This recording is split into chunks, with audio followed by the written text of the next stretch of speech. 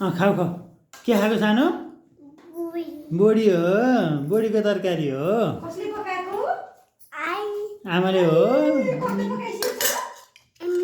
yummy yummy छ thank you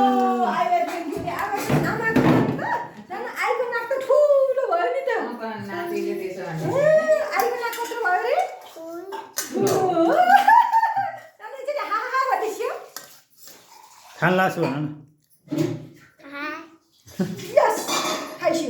आमा हेर्छ त कति मिठो रहेछ नि ओहो सधैँ आइले पकाउनु भन्नु पर्यो तरकारी हेर्छ त है कति मिठो भएको नि ओहो कसैले थाहा पाएको थिएँ फेरि अहिले पकायो भनेर बाबाले होइन सानो बाबाले पकायो होइन अरे होइन अरे अहिले पकायो अरे